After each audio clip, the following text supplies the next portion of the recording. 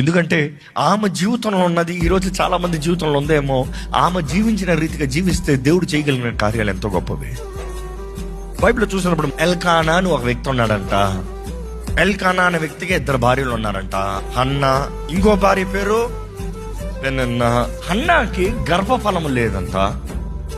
పెనిన్నాకి పిల్లలు, కుమారులు, కుమార్తెలు ఉన్నారంట. ఇక్కడ హన్నా గురించి చూసినప్పుడు ఈమెలో లోపం ఉందని గ్రహించినప్పుడు ఇంకా ఆమెను ఎలా చూసుంటారు ఒక్కొక్కరు. నువ్వు ఇంతే, నీ లైఫ్ ఇంతే, నీ లైఫ్ వేస్టే, నీలో ఏ బ్లెస్సింగ్ లేదు, నువ్వు ఆయనకు ఒక అడ్డుబండే. బైబిల్లో చూసినప్పుడు ఈమెకి పిల్లలు లేరంట, కానీ ప్రేమించబడింది. వివాహం అయింది కానీ ఎగతాళి చేయబడుతుంది, అపహరించబడుతుంది. ప్రార్థనలు చేస్తూనే ఉంది కానీ ఫలము రావట్లే.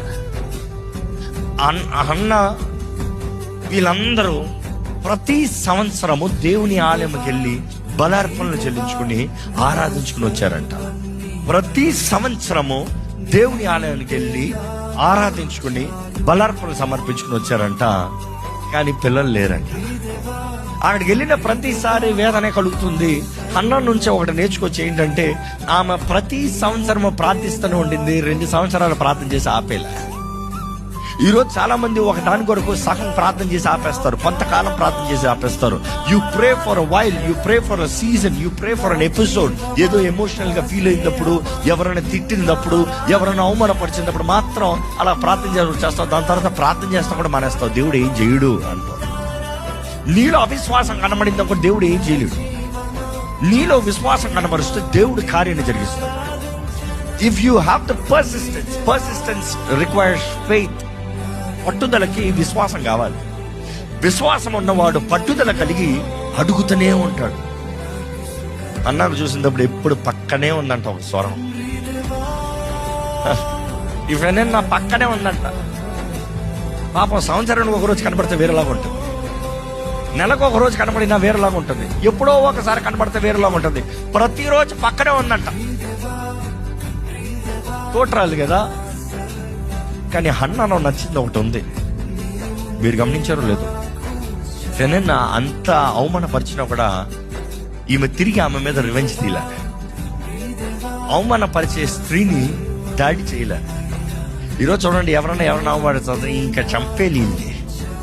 ఈ సంగతి ఏదో వీళ్ళని ఎక్కడో ఒక చోట్ల ఇరికించేయాలి. You try to take revenge, but look at her. ఈమెకి అవమానపరచబడుతుంది కానీ నెవర్ ఆమెని దూషిస్తానికి ఏమీ ప్రయత్నం చేయలే. అదే సమయంలో హన్నా చూసినప్పుడు తనకు తెలుసు, దేవుడు తప్ప నా స్థితిని ఎవరు మార్చలేదు. తన విశ్వాసాన్ని కోల్పోలేదు. దేవుని దగ్గరికి వెళ్ళి సంవత్సరము ప్రార్థన చేస్తూ వచ్చిందంట. సంవత్సరం తర్వాత ప్రార్థన చేస్తూ వచ్చిందంట. ఆమె దేవుని దగ్గరకు వచ్చి బాధతో, వేదనతో, ఏడుస్తూ, రోదనతో ప్రార్థన చేస్తుందంట. దేవా అద్భుతం జరిగించు, దేవా నాకు సాయం చేయి, దేవా నా గర్భాన్ని తెరువు, దేవా నా తలని పైకెత్తు. ఆమె ప్రార్థనలు చూసినప్పుడు జాగ్రత్తగా చదివితే మీరు అర్థం చేసుకుంటారు. నాకు బిడ్డ నువ్వు కాదు ప్రాబ్లం అక్కడ, నాకు బిడ్డ లేదు కాదు ప్రాబ్లం అక్కడ, నాకు ఈ అవమానాన్ని తీసేయి. ఎందుకంటే ఆమె అంతగా అవమానపరచబడుతుంది. ఎందుకంటే ఆమె అన్ని దాంట్లో మీకు ఎట్లా తెలుసు అంటే, ఆమె అంటే నాకు కుమారుడు, ఆ కుమారుడు నీకే ఇచ్చేస్తా, నాకు కుమారుడు ఉంచుకోవాలని కూడా కాదు, నన్ను గొడ్రాలని నేరం మోపుతున్నాడు చూడు. నాకు ఆ మాట వద్దు, నాకు ఈ అవమానం వద్దు, నాకు ఈ నింద వద్దు. నా జీవితంలో నువ్వు కార్యం చేయాలి, నా జీవితంలో నువ్వు కార్యం చేయాలి ప్రభా. పట్టుపట్టింది, దేవుని సన్నిధిలో మొరపెడుతుంది, రోదనతో, వేదనతో ఏడుస్తుంది. అక్కడ ఆమె ఏడుస్తుంది, బహు దుఃఖాక్రాంతురాలుగా. ఈమె అక్కడికి వచ్చి ఆమెలో నా వేదన ఎట్లా ఉందంటే 10 మంది ముందు చెప్పుకోలేకపోతుంది, 10 మంది ముందు అరవట్లే. ఈమె చూస్తే ఇక్కడ ఏలి ఆమె చూసినప్పుడు ఆగిసి వచ్చింది అనుకున్నాడంట. కేవలం నిలబడి పదాలు కలుపుతాం కాదు, ఆమె బాధకి పదాలు ఊపుతా ఉంది, కలుపుతా ఉంది. దూరం ఎట్లా కనబడుతుంది? ఏదో తాయిసి వచ్చి ఊగుతుందేమో,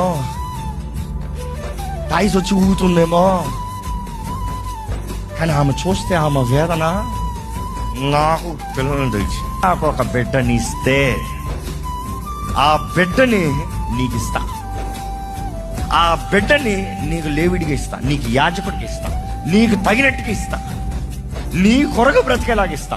నా కొరకు అడగట్లే, నీ కొరకు అడుగుతున్నాయి. ఎవరు చూసినా మిస్అండర్స్టాండ్ చేసుకుంటారు పాపం.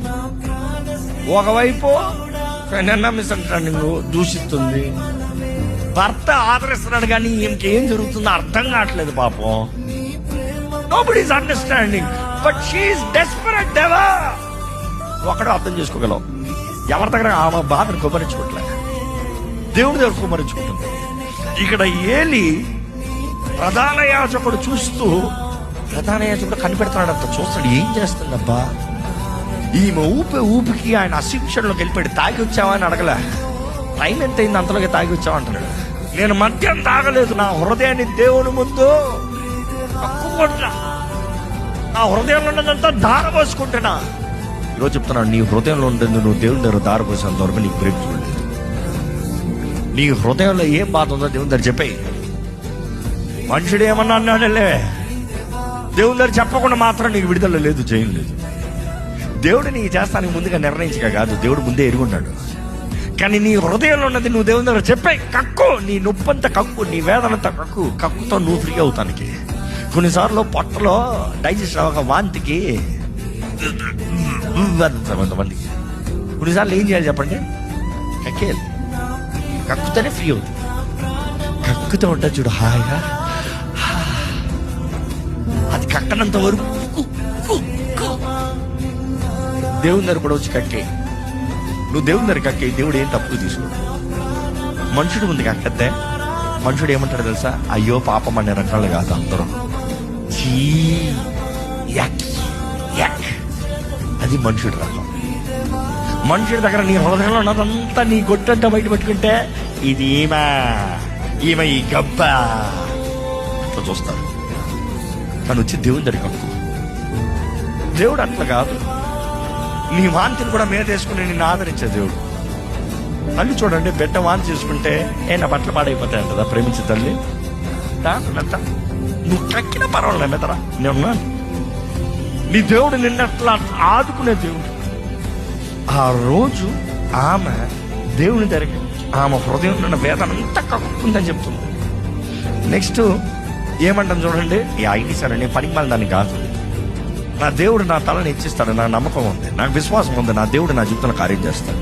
ఏలి ఒకటే అంటాడు, యాజకుడు ఒకటే అంటాడు. ఏమంటాడు, దేవుని దగ్గర కక్కిసావు అన్నాను ఉంటా కదా, దేవుని దగ్గర కక్కిసావు కదా, ఇక నువ్వు సమాధానం తెలు, గో ఇన్ పీస్, ఇక నువ్వు బాధపడాల్సింది ఏం లేదు. ఆ దినము నుండి దుఃఖంగా ఉండటం మానిందంట. ఎందుకంటే ఇక్కడ చూసినప్పుడు హన్న దేవుణ్ణి డౌట్ చేసిందా, అందరు దూషించారు, అందరు టార్చర్ చేశారు, అందరూ, బట్ షీ హ్యాడ్ కాన్ఫిడెన్స్, నా దేవుడు చేస్తాడు. అందుకని ఆయన దగ్గర వెళ్ళి ఏడ్చుకుంది. ఈరోజు ఎవరి దగ్గర ఏడవద్దు, మనుషుడి దగ్గర ఏడవద్దు. మనుషుడి దగ్గర చెప్పుకుంటాం వేస్ట్ అండి, చెప్పుకుంటాం వేస్ట్. ఎవడు నీకు బాగు చేయడు, ఎవడు బాగు చేయడు. నా జీవితంలో కావాల్సినంత అనిపించి ఐల్ బి వెరీ ఆనెస్ట్. అరే వీళ్ళేం సాయం చేస్తారు మంచోళ్ళు కదా అంటే, లేదు వాళ్ళే అంత దరిద్రంగా మారారు, బుద్ధులు బయటపడతాయి. నెక్స్ట్ ఇయర్ కల్లా బెట్ట, నెక్స్ట్ ఇయర్ యథావిధికి వెళ్ళాలి కదా దేవుని సన్నిధిలోకి. ఏమనిందంటే నేను రానందంట. ఎందుకు? దేవుడు అంటే చులకన అయిపోయిందన్నా, నిర్లక్ష్యం అయిందన్నా. లేదు, నేను దేవునితో ముక్కుమట్టి చేసుకున్నా, నేను ఈ బిడ్డని నీకు అప్పచెప్తా, నేను ఇచ్చిన మాటని నేను నెరవేర్చేంత వరకు నేను దేవుని దగ్గర రాను. ఒక మాటలో చెప్పాలంటే ఆయన దగ్గర బలిస్తాను రాను. ఎందుకంటే నేను చేస్తానని చేయాలి, ఎందుకంటే ఆయన చేస్తానని నేను ఆయన చేశాడు. ఇప్పుడు నేను చేయాల్సి ఉంది. ఇక్కడ చాలా మంది తప్పుతారు.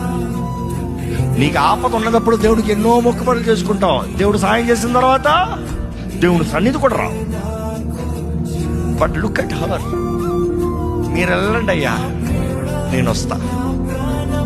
తన కోరింది ఒకటే, నా జీవితం పైన ఈ అవమానం పోతే చాలు, నా జీవితం పైన ఈ నింద, ఈ శాపం అనే పేరు పోతే చాలు, ఈ గొడ్డు రాళ్ళనే పేరు పోతే చాలు. కరెక్ట్గా సమూయేలు పాలు విడిచిన వెంటనే, ఈ సమూయేలు అనే పేరుకి అర్థం ఏంటి, నేను దేవుణ్ణి అడిగాడు, తీసుకొచ్చే సమయాన్ని దేవుని చేతులు అప్పచెప్పింది. కానీ దేవుడు ఏం చేశాడు తెలుసా, 5 బిడ్డల్ని ఇచ్చాడంట, కుమారులు కుమార్తెల్ని ఇచ్చాడంట. 5 బిడ్డల్ని ఇచ్చాడంట. ఇదిగో ప్రతిరోజు ఏ గుడ్రలా ఇప్పుడు పిల్లు చూద్దాం, అవమానపరిచావు కదా, శాపం అన్నావు కదా అన్న. యవన వయసులో ఇన్సూరెన్స్ ఆ రోజుల్లో యవన వయసు వివాహం చేసుకుంటాం.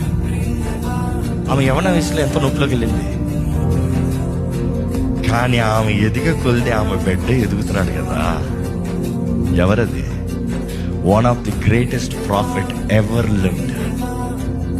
One of the greatest profit ever lived.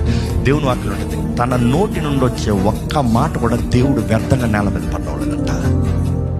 God is like, I will do it. ఒక మాట చెప్తున్నా, నీ జీవితాలు ఆలస్యం అయిపోయింది అనుకుంటున్నావేమో. కొన్నిసార్లు దేవుడు నిన్ను సిద్ధపరుస్తున్నాడు. For every great thing there has to be a labor.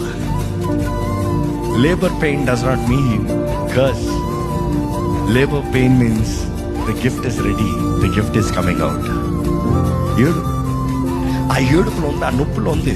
there's a joy coming. ఎంత నొప్పిలోకి వెళ్ళిన తల్లి అయినా నొప్పిలో నుండి బిడ్డ బయటకు వచ్చిన తర్వాత ఇంకేడవదు, ఆనందిస్తుంది.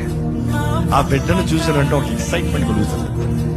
మాకు 4 బిడ్డలు న్యాచురల్ డెలివరీ. నా భార్య ఆల్ న్యాచురల్ డెలివరీస్, ఆల్ 4 పెయిన్లోకి వెళ్ళే కడింది. ఎంత నొప్పిలోకి వెళ్ళింది ఒక్కొక్కరిని చూసా. కానీ బిడ్డను తీసి తన రొమ్ముల మీద పెట్టిన వెంటనే చూడాలి, నాకు అనిపిస్తుంది ఇంతసేపు ఇంత నొప్పి పడింది అంతలోకి. అది నొప్పికి మించిన ఆనందం నీ ముందు వచ్చింది కదా. That pain brought the great gift. ఈరోజు కూడా అప్పుడప్పుడు అనిపిస్తుంది, నా భార్య నొప్పి జ్ఞాపకం చేసుకోదా ఇప్పుడు. ఆ బిడ్డను చూసి ఎంత బాగుందో అని ఆనందిస్తుంది, ఎంత చక్కని బిడ్డ అని ఆనందిస్తుంది. నా బిడ్డ నా అతిశయిస్తుంది, కానీ నాకు నొప్పి కలిగించాలని ఎప్పుడు ఏడవదు. You see, God is giving you a season of pain. That pain is not forever. ఎందుకంటే something great is about to birth in your life. Something great, there is that process of birth pain. కొన్ని జీవితాలు మామూలుగా దేవుడు కోరుకోడంటే రుద్ది నలిపి తొక్కి తీసుకొచ్చి మనుషుల ద్వారా అవమానపరచబడిన తర్వాత నిలబెడతాడు. అప్పుడు చూపిస్తాడు దేవుడు ఎవడో, ఎలాంటి ఎలా మార్చి ఎక్కడ నిలబెట్టి ఆయన నామానికి ఎట్లా తీసుకొస్తాడు. That is true break through. మామూలుగా వెళ్ళిపోయేదానికి ఏం గొప్ప లేదు. ఆమె సంవత్సరం దేవుని దగ్గరికి వెళ్తూ వచ్చిందో టార్చర్ అనిపిస్తూ ఉంది. ఆమె టార్చర్లో కూడా దేవుడు మౌనంగానే ఉన్నాడు. ఎందుకు తెలుసా? ఆయన మహిమ కొరకు నిలబడతాను. హన్నా సంవత్సరము దేవుని సన్నిధిలో వచ్చి ఏడుస్తూ ఆ మందసభ ముందు నిలబడి, నాకు పిల్లలు దయచేది అతను నన్ను చంపేయని ఏడుచుందేమో. దేవుడు అక్కడి నుంచి మాట్లాడుతూ ఉన్నాడు, ఈమెకు అర్థం కాలే. ఉండమ్మా, నా సమయం రాలేదమ్మా, నాకు యాజకుడు నిలబడాలమ్మా, one of the greatest prophet నిలబెడతానమ్మా, నీ గర్భంలో ఉండే వస్తాడమ్మా, నా ముందు నిలబడతాడమ్మా, నాకు ఇష్టమైన వ్యక్తిగా ఉంటాడమ్మా, రాజుల్ని అభిషేకిస్తాడమ్మా, మనుషులకి నా మార్గాన్ని చూపిస్తాడమ్మా. అనగా ఆమెకి తెలియలే. ఎందుకంటే ఆమె వినగలిగినంత మనుషుల విమర్శనలే, మనుషులు కృంగదలే. కానీ ఈరోజు నీకు విశ్వాసం ఉందా? వాక్యం చదువుతుంటే మనకు విశ్వాసం కలుగుతుంది. మనుషుడు ఎంత అవమానపరుస్తున్నాడు, దేవుడు నిన్ను అంతగా హెచ్చించగలిగిన దేవుడు. ఆయన నీ జీవితంలో ఈ శోధన పోరాటాన్ని అనుమతించాడంటే ఈజ్ గాట్ సంథింగ్ స్పెషల్.